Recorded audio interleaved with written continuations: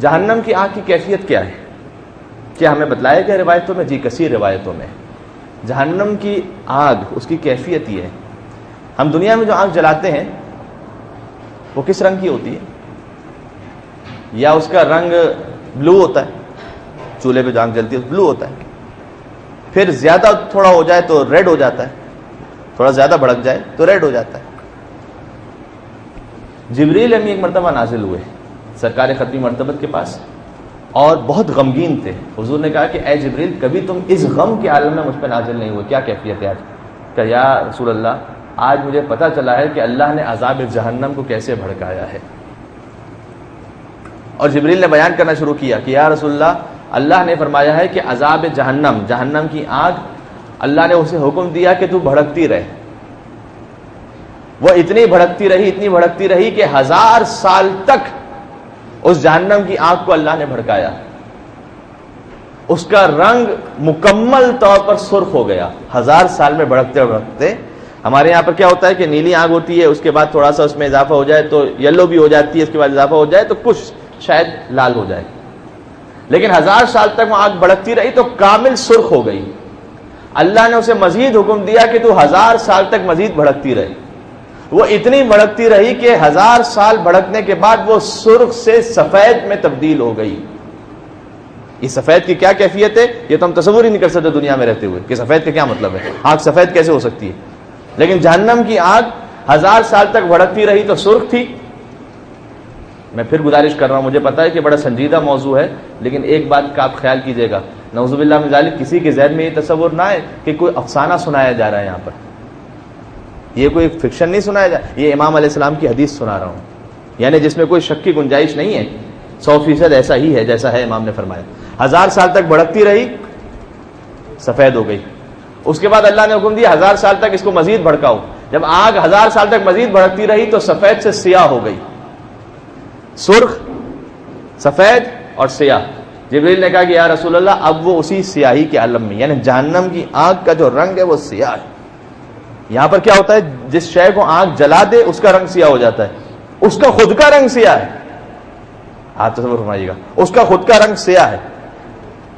اور پھر جبریل نے کہا کہ یا رسول اللہ یہ جو آگ میں حلقے ہیں نا، یعنی زنجیریں، اگر زنجیر کا ایک چھوٹا ٹکڑا اللہ زمین پر نازل کر دے تو اس کی حرارت اور شدت اتنی ہے کہ پوری زمین پگھل کر ختم ہو جائے گی. ایک ٹکڑا. حضور پر غم کی شدید کیفیت طاری ہوئی، غم و حزن کی.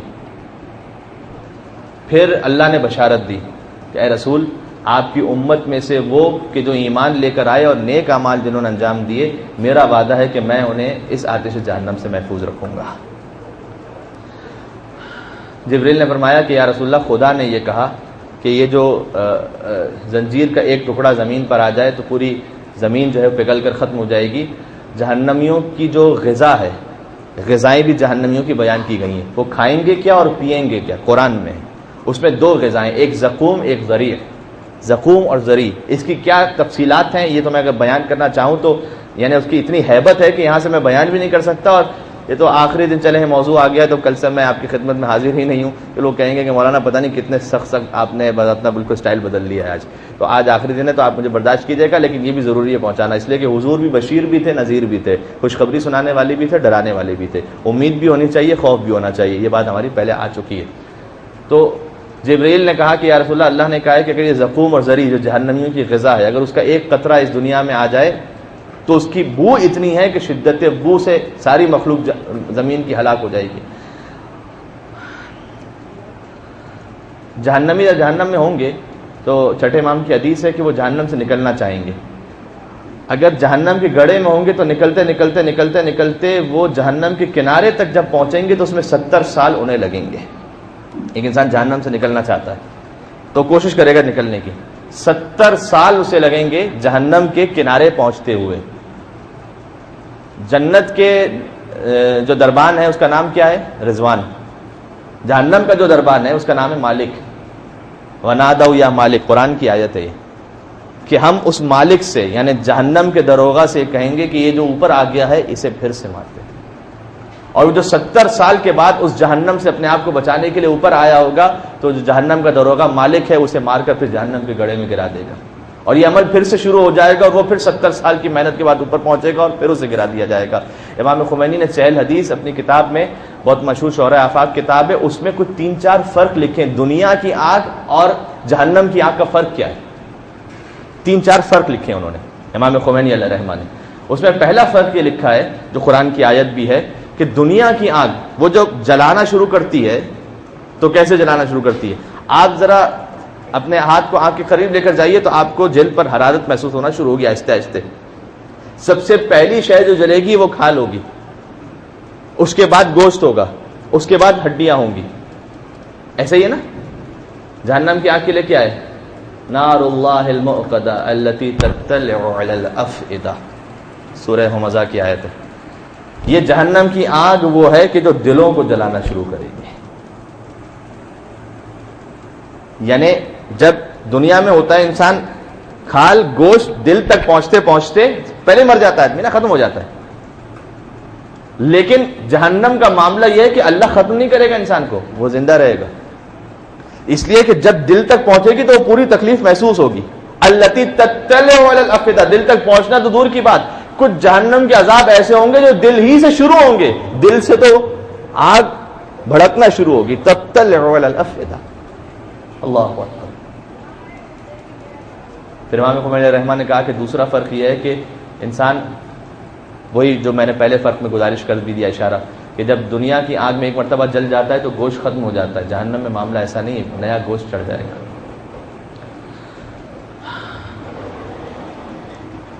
دوسری طرف اہل بہشت کے لیے وہ نعمتیں بھی ہیں، ٹھیک ہے؟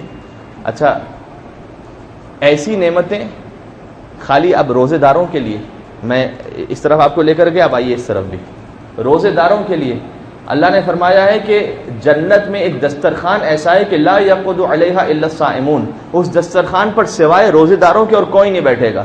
اس دسترخوان پر کیا ملے گا؟ اللہ نے فرمایا کہ اس دسترخوان پر وہ ہوگا کہ لا عین رأت ولا اذن سمعت، نہ کسی آنکھ نے وہ چیز دیکھی ہوگی، نہ کسی کان نے سنی ہوگی، نہ کسی دل نے سوچی ہوگی، وہ اس دسترخوان پر ہوگی۔ اللہ اکبر۔ اس کا مطلب کیا ہے؟ اس کا مطلب یہ کہ اب وہ دودھ اور نہر کی، شہد کی نہروں کی بات نہیں ہو رہی اب یہاں پر، وہ آپ نے سنا ہوا ہے۔ اللہ نے کیا فرمایا؟ فرمایا کہ میں روزے دار کو جنت کے ایک دسترخوان پر وہ چیز دوں گا جو کسی آنکھ نے دیکھی نہیں ہوگی، کسی کان نے سنی بھی نہیں ہوگی، یعنی اب تک جتنی جنت کی نعمتیں آپ نے سنی ہیں اس سے کچھ بڑھ کر ہوگا۔ اچھا، کان نے سنا نہیں ہوگا چھوڑ دیں، دل نے سوچا بھی نہیں ہوگا، اللہ اکبر۔ یعنی اب اس کا مطلب کیا ہوا؟ آپ جو کچھ سوچ لیجئے وہ نہیں ہوگا، اس سے بڑھ کے ہوگا، ایسا انسینٹیو بھی ہے یہاں پر، ٹھیک ہے؟ تو اللہ نے خوشخبری بھی سنائی ہے قرآن میں، اس کی حجتوں نے حدیث میں، اور دوسری طرف سے یہ عذاب بھی ہے۔ تو اللہ ہمیں توفیق نصیب فرمائے کہ میں کہتا ہوں کہ امید اور خوف دونوں ہمارے دلوں میں برابر سے رہ سکیں انشاءاللہ، کہ جو مومن کی علامت ہے کہ اللہ کی رحمت کی امید بھی رہے، اس کے عذاب سے خوف بھی رہے۔ مولا علیہ السلام کا ایک خوبصورت جملہ ہے، فرمایا دنیا کی لذت اور جنت کی لذت کا فرق کیا ہے؟ فرق یہ ہے کہ دنیا کی لذت جب تک نہیں ملتی اس وقت تک بہت اچھی لگ رہی ہوتی ہے، جیسے ہی مل جاتی ہے پھر سمجھ میں آتا ہے کہ اچھا کوئی اتنی زیادہ بھی نہیں تھی لذت، ہے نہیں ایسا؟ آپ ہر قسم کی لذت کو لے لیجئے، میں بھی سادہ مثال دیتا ہوں کھانے کی۔ اچھا، افطار کے موقع پر بھوک بہت زیادہ لگی، آپ کسی دسترخوان پہ پہنچے جو بڑا اچھا مرصع دسترخوان تھا، اس پر 10-12 ڈشز تھی فرض کیجیے، ٹھیک ہے؟ دل کیا کہہ رہا ہوتا ہے؟ یار بس جیسے افطار کا وقت ہو میں شاید سارا کھا لوں گا، ایسا آ رہا ہوتا ہے دل میں، جلدی جلدی سارا لے لو، بہت لے لو، بہت لے لو۔ لیکن جب آپ نے ابھی 5 منٹ کچھ کھایا اس کے بعد لگتا ہے یار یہ تو بس ختم، بھوک تو ختم ہو گئی، یہ تو اتنا سارا ابھی تو پڑا ہوا ہے، ابھی تو میں کچھ بھی نہیں کھایا۔ مولا علی نے کیا کہا؟ دنیا کی لذت جب تک لی نہیں ہوتی دیکھنے میں بہت بڑی لگ رہی ہوتی ہے، جیسے ہی اسے لے لو اب اسے جسم کی لذت پہ بھی آپ شمار کر لیجئے، جو جنسی لذات ہے اس پہ شمار کر لیجئے، جب تک تصور میں ہوتا ہے تو وہ بہت کچھ ہے، اس کے بعد جب ایک مرتبہ سلسلہ ہو گیا معاملہ ختم، پھر اچھا ٹھیک ہے اتنی مطلب گزر جاتا ہے معاملہ نا، وہ لذت جو انسان تصور کر رہا ہوتا ہے اس سے وہ لذت ختم ہو جاتی ہے۔ پھر مولا نے کہا کہ جنت کا معاملہ بالکل اس کے برعکس ہوگا، دنیا کی لذت جب تک حاصل نہ کر لو اس وقت تک بڑی لگتی ہے، جب حاصل ہو جائے اس کا چھوٹی لگتی ہے۔ جنت کی لذت جب تک حاصل نہیں ہوئی ہوگی اس وقت جتنی لگ رہی ہوگی، جب وہ حاصل کر لے گا تو سوچے گا نہیں جو میں نے سنا تھا وہ تو بہت کم تھا، یہ تو اس سے بھی بہت بڑی لذت ہے. بالکل برعکس ہوگا معاملہ. چاہے وہ جنت کی لذتوں میں، چونکہ میں نے عذاب کا ذکر کیا ہے تو یہاں پر یہ بھی ذکر کر دوں، جیسے مثلا چھٹے امام نے فرمایا کہ آپ اللہ تعالیٰ ہمیں عذاب جہنم سے محفوظ رکھے اور جنت کے مستحق بنا دے. چھٹے امام کے نام پر ایک درود بھیج دیا، محمد وعلی صلی اللہ علیہ وسلم.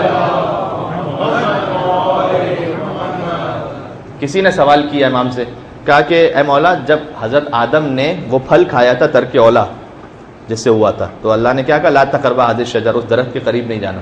تو مولا کچھ لوگ کہتے ہیں کہ وہ جو درخت تھا وہ کھجور کا درخت تھا، کچھ کہتے ہیں وہ انار کا درخت تھا، کچھ کہتے ہیں وہ سیب کا درخت تھا. تو مولا وہ کون سا درخت تھا؟ امام نے فرمایا کہ تینوں چیزیں ممکن ہیں. مولا درخت تو ایک ہی تھا اور وہ ایک ہی پھل کھایا تھا. امام نے کہا پھل ایک ہی کھایا تھا، لیکن جس درخت کے بارے میں تو پوچھ رہا ہے، جنت کا درخت اور دنیا کا درخت، فرق یہ ہے کہ دنیا کا درخت جس چیز کا ہے اسی کا ہے، جنت کا درخت یہ ہے کہ جس درخت کے پاس پہنچے گا اور جو نیت کرے گا وہ ویسا بن جائے گا. تو یہ نیت کرے گا کہ مجھے یہ چاہیے، ویسا بن جائے گا. آپ دیکھ رہے ہیں کہاں سے کہاں تک فرق ہے. یہ تو اب میں چھوٹی مادی لذتوں کی بات کر رہا ہوں، جنت کی ایک درخت کی کیا حیثیت ہے، اب کیا کچھ ہے جنت میں. ٹھیک فرمایا حدیث میں، ایک کم سے کم جنتی کو، ایک کم سے کم جنتی بھی ہے، جوانان جنت کے سرداروں کے ساتھ رہنے والا جنتی بھی ہے. دونوں میں بڑا فرق ہے. جو کم سے کم منیمم جنتی، بالکل پاس ہو گیا، بس خالی پہنچ گیا، دھکے دے دے کے چلو ٹھیک ہے تم بھی جنتی ہو، اتنا سا جنتی جو، اس کے لیے جنت کتنی ہے؟ حدیث میں ہے کہ اس پوری دنیا کے 10 برابر اللہ کم سے کم جنتی کو جنت عطا کرے گا. ٹھیک ہے، 10 برابر اس دنیا کو ملٹیپلائی کر دیں. اچھا کبھی انسان سوچتا ہے کہ 10 برابر کا میں کروں گا کیا؟ اگر دودھ کی نہر ہے تو میں کیا کر لوں گا، کتنا پی لوں گا؟ اس میں سوئمنگ کروں گا، میں کیا کروں گا؟ ٹھیک ہے نا، سوال ہے نا بھائی، دودھ میں کتنا پی لوں گا، شہد کتنا کھا لوں گا، اتنی بڑی جنت میں کیا کروں گا میں رہ کے؟ اس طرف میں جانا نہیں چاہتا. امام خمینی علیہ الرحمٰن نے جہنم کے حوالے سے بھی یہ لکھا ہے، اور میں اس کو جنت کے حوالے سے بیان کر رہا ہوں. جہاں اللہ کی نعمتیں کمال پر ہوں گی، وہاں پر آخرت اور دنیا کی فیلنگز میں اور حس میں فرق یہ ہے کہ یہاں کی جو ہماری فیلنگز ہیں وہ بہت ضعیف ہیں. وہاں فیلنگز، وہاں طاقت، وہاں وہ کیفیت لذت کو حاصل کرنے کی بھی اور عذاب میں مبتلا ہونے والی کیفیت بھی، یہ بھی اپنے کمال پر ہوں گی. ٹھیک ہے، یعنی یہاں اگر کسی کو آگ پہ جتنی تکلیف ہوتی ہے وہاں اس سے کئی گنا برابر زیادہ ہوگی. کیوں؟ اس لیے کہ یہاں پر ہماری فیلنگز کم ہیں. جنت میں اور جہنم دونوں میں اپنے کمال پہ پہنچ جائیں گی. تو صرف اتنے ہم کہہ سکتے ہیں کہ آخری بات کہ آیت اللہ ناصر مکارم شیرازی نے لکھا ہے تفسیر نمونہ میں کہ اگر کسی کو جنت جہنم کے بارے میں بیان کیا جائے نا اس وقت، اس کی مثال ویسی ہے کہ جیسے ایک بچہ شکم مادر میں ہو اور آپ اس کو دنیا کے بارے میں بیان فرمائیے. ہے نا، بڑی اچھی مثال ہے. ایک بچہ جب ماں کی شکم میں، آپ اسے کہیے کہ اس وقت جہاں تم ہو نا، ایک ایسی جگہ آپ جاؤ گے جو اس سے 10 کروڑ گنا بڑی ہے. تو آپ تصور فرمائیے اگر آپ اس سے رابطہ برقرار کرنے میں کامیاب ہو جائیں اور وہ سوچنے سمجھنے کے بھی قابل ہو جائے، تو وہ کیا سوچے گا ہی نہیں سوچے گا کہ جتنی جگہ میرے پاس ہے یار یہ بہت ہے، کافی، 10 کروڑ گنا بڑی کی کیا ضرورت ہے. جب دنیا میں جائے گا تو پتا چلے گا کہ جتنی بڑی جو جگہ ہے اس پہ بھی کتنے جھگڑے ہو رہے ہیں، کتنی کم لگ رہی ہے. آپ اسے کہیں کہ جتنا پانی اس وقت ہے نا تمہاری ماں کے شکم میں، اس سے اربوں گنا بڑے بڑے سمندر موجود ہیں جہاں تم جاؤ گے. ارے اتنے اربوں میں کیا کروں گا؟ بالکل وہی خیال جس وقت ہمارے ذہن میں آ رہا ہے، دودھ کی نہروں کا کیا کروں گا. ٹھیک، تو آیت اللہ ناصر مکارم شیرازی نے کہا کہ آپ کسی شکم مادر میں رہنے والے بچے کو دنیا نہیں سمجھا سکتے جب تک کہ وہ خود پہنچ نہ جائے. بالکل ویسے ہی کہ کسی دنیا میں رہنے والے کو آپ جنت سمجھا نہیں سکتے جب تک وہ جوانان جنت کے صدقے میں جنت میں پہنچ نہ جائے.